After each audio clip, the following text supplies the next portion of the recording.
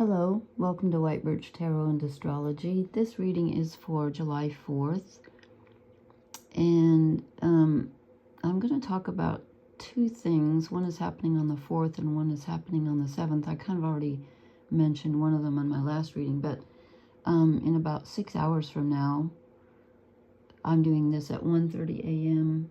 in the U.S., and I think it's 7:30 in the morning, I think, Eastern time maybe, so that's about 6 hours, no, 5 hours from now. Venus will be exactly conjunct Uranus at the very last degree of Taurus. And then 3 days later, Uranus moves into Gemini for the first time in 84 years, excuse me.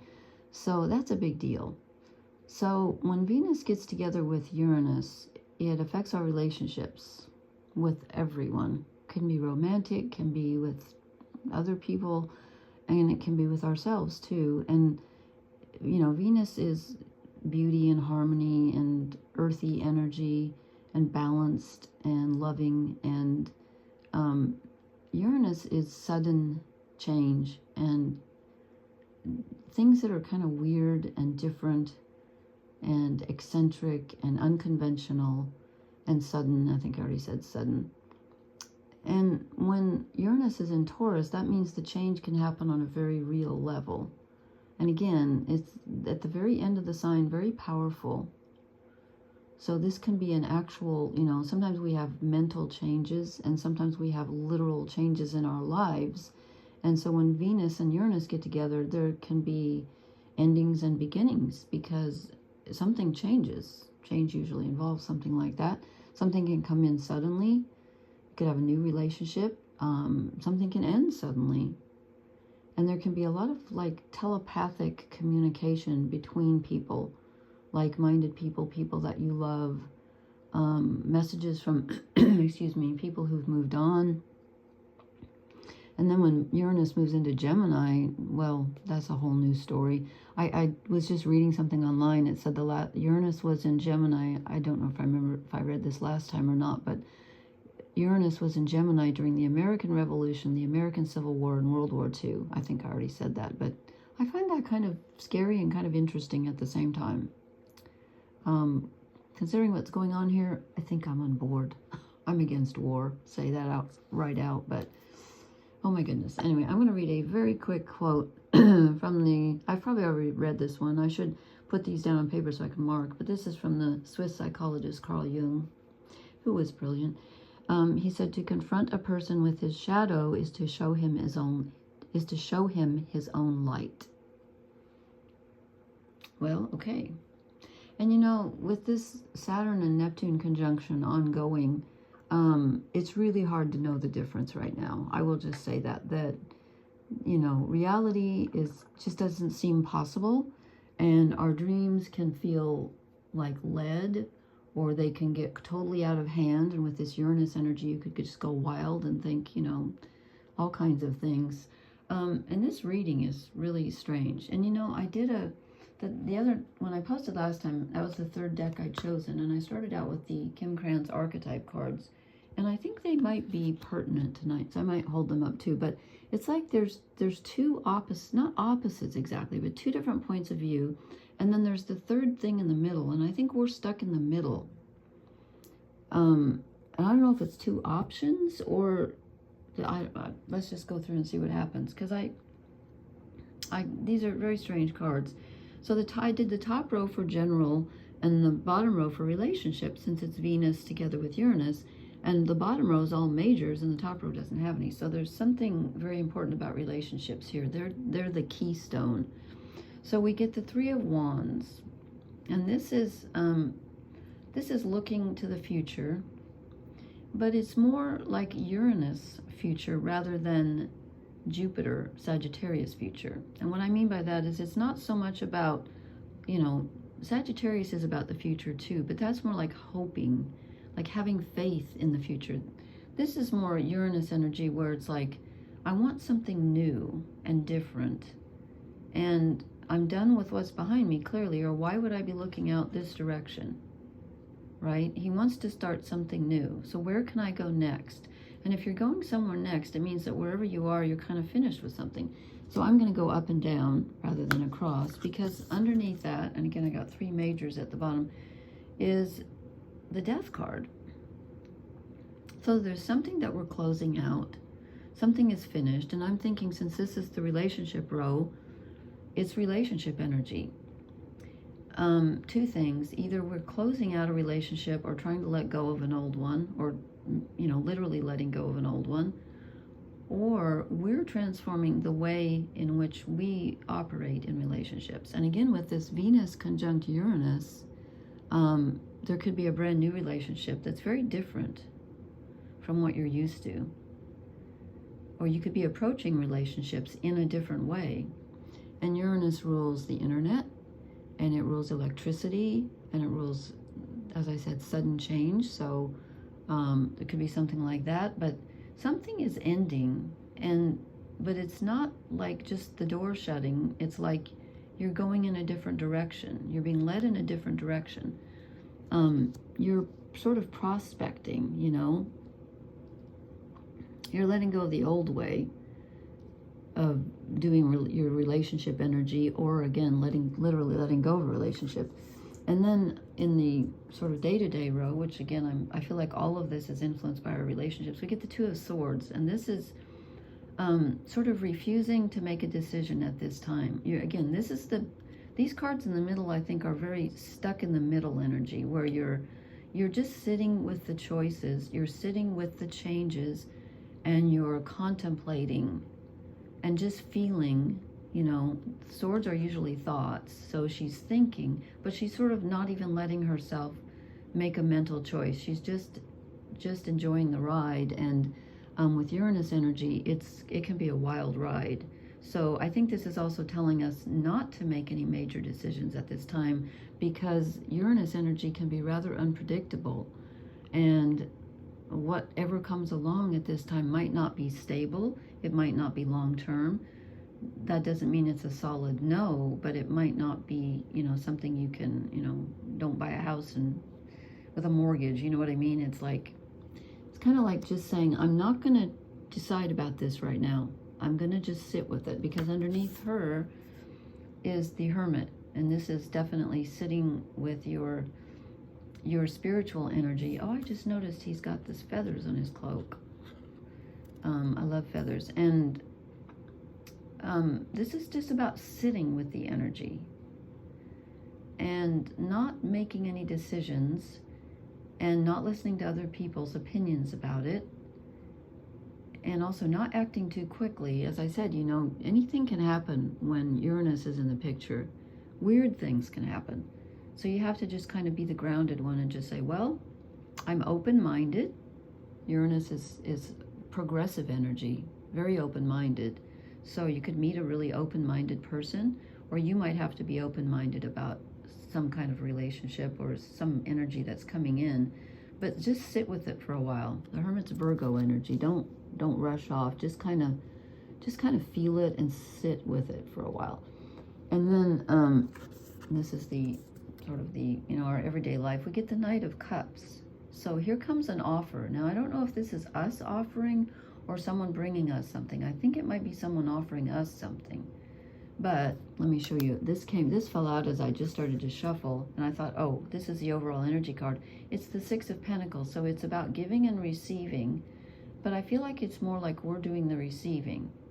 But whenever there's receiving, somebody has to be doing giving, right? So we could be on both ends of this, and you can give in sort of like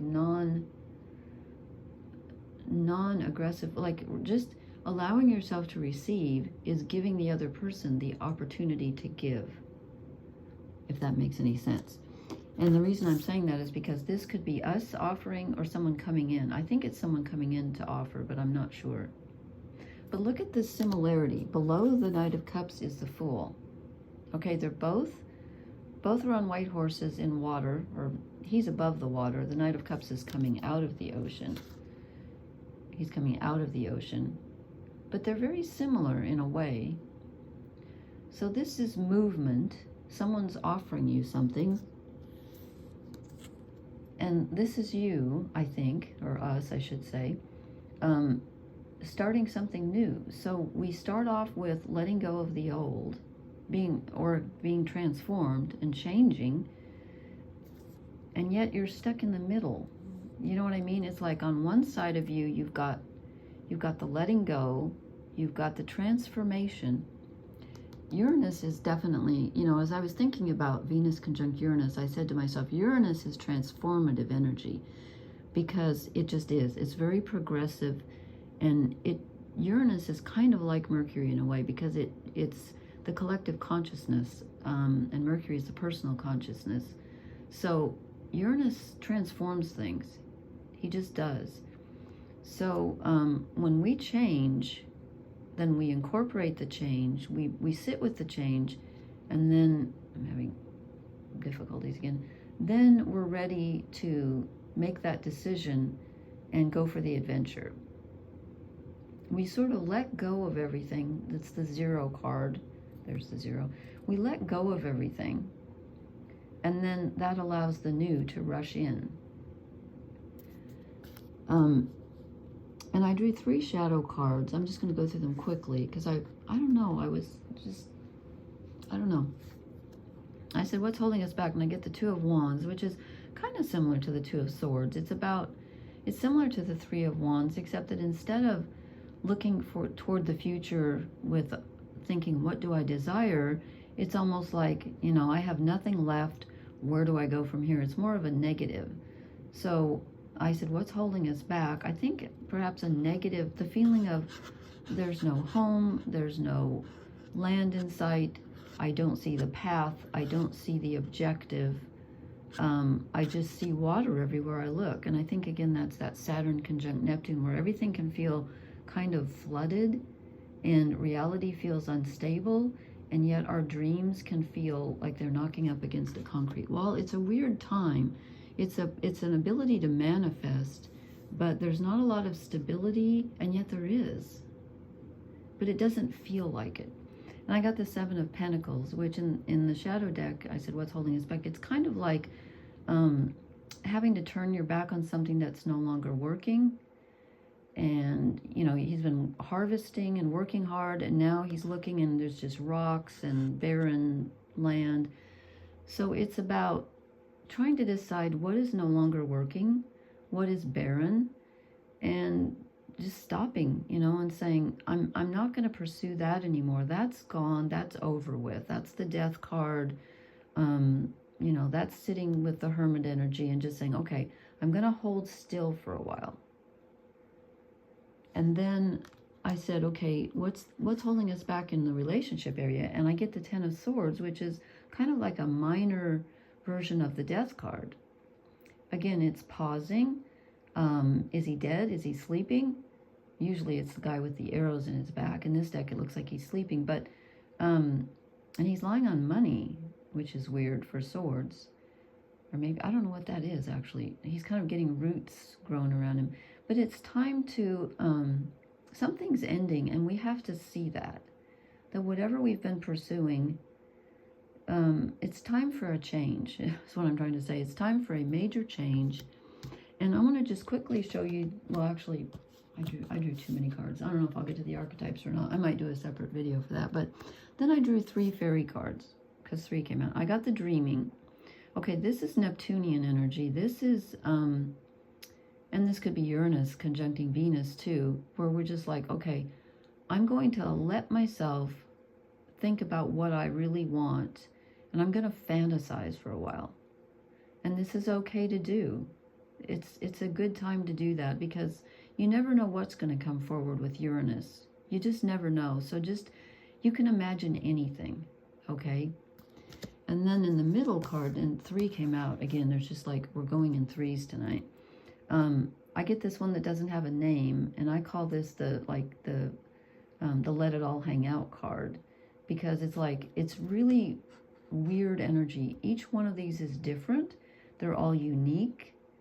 Uranus is nothing if not unique, and you're just like, whatever, I've never seen this before, but okay, it's okay. It's weird and it's different. strange energy, but I'm going to go with it. We're in the middle with all this strange energy. And then after that, so we have the dreaming on one side, and then the sort of, let it all hang out in the middle. And then we get the magician, who's been following me around, the magician energy on the other side. So on the other side, this can be Uranus, definitely. I always think of him as Mercury because, and that's weird. It's got the Taurus symbol here. I don't think of him as Taurus, although he is manifesting. So the magician is the, this is supposed to be a woman. I don't know. It looks like a man to me, but I know that's old-fashioned. It's like, whatever. It doesn't matter. Well, it matters to me, but what I'm saying is that the magician is manifesting, but it's also tricky. So you can imagine anything you want. The cards are up in the air. The cards are up in the air. It's all up for grabs. But it might not be something that you can hang your hat on, because in the fairy deck, this is the fairy magician. And fairies are known for not being super reliable. So it's kind of like, why don't you just imagine whatever you want, be willing to go with something unusual, and then you might not want to, it might not be forever, but you might get a really good idea or have a really interesting experience. But it's the ability to manifest, there's a crystal ball and like a scepter. So this person has the ability to make something happen, but there's also unicorns and fairies, you know what I mean? So it's not a warning exactly. It's just saying that this is really interesting energy that comes in and gives us the ability to think differently, to have different kinds of relationships, and that's good. It opens you up. It opens you up. But I would just be a little cautious and perhaps not, just don't sign anything. I don't know what I'm trying to say, but if that makes any sense. And am I gonna go here? I'll quickly show you these. These came out. I drew 3 archetype cards the other night, and then I ended up with a different deck. This is a 3-headed snake. I guess we're in 3 territory tonight. 3 stones with an eye in the middle, or whatever that is. It looks like an eye. We get the healer, okay? And then in the middle of the healer is about, of course, healing the past and healing old wounds and transforming ourselves. Snakes are always transformative. And then we get the bridge. So this is the thing in the middle, as we've gotten here, the time, the portal, the energy that brings 2 disparate things together, and they learn from each other, and you're connected to something. Now, does it last? Well, the last card is the sustainer. And I kind of feel like, this could be the Neptune energy. This could be, the bridge could be Uranus with Venus. The sustainer, this is something that is long-term. There's something very solid between the hands here. This one is just 2 hands reaching each other. But when they connect, then it becomes real. And then it becomes sustaining. What was the key word? And if I can read this booklet, it's so small. It's so small. Okay, for the sustainer, which is the last card, I have to read it here. Abundant, generous, supportive, and reliable. It says, the sustainer is at peace in the process of life, knowing there is no start or finish to humble yet meaningful tasks. Here, I'll hold this up if you, whoops, I'll just knock that one out. I just knocked out one of my bookmarks here. If you want to take a picture of that, try to get I can't get my thumb out of the way. This book is so tiny. This reminds me of Virgo energy, to nourish others. It's easier for me to read it through here. The sustainer longs to hold things in place so badly, especially relationships, that they resist necessary change. Take time with this archetype. It is within us all and needs our love. That's what this reading is saying, is to take time, that there is a change. There's an actual transformation and healing that is taking place. But we're in the middle part now. We've sort of been through the healing energy and we don't know it, or the healing event or whatever. We're in the healing time, but we have to sit with it for a while. And the sitting with it is the bridge. Let me see what the bridge says here. 38. The key words for the bridge are, I can't even read that, it's so tiny.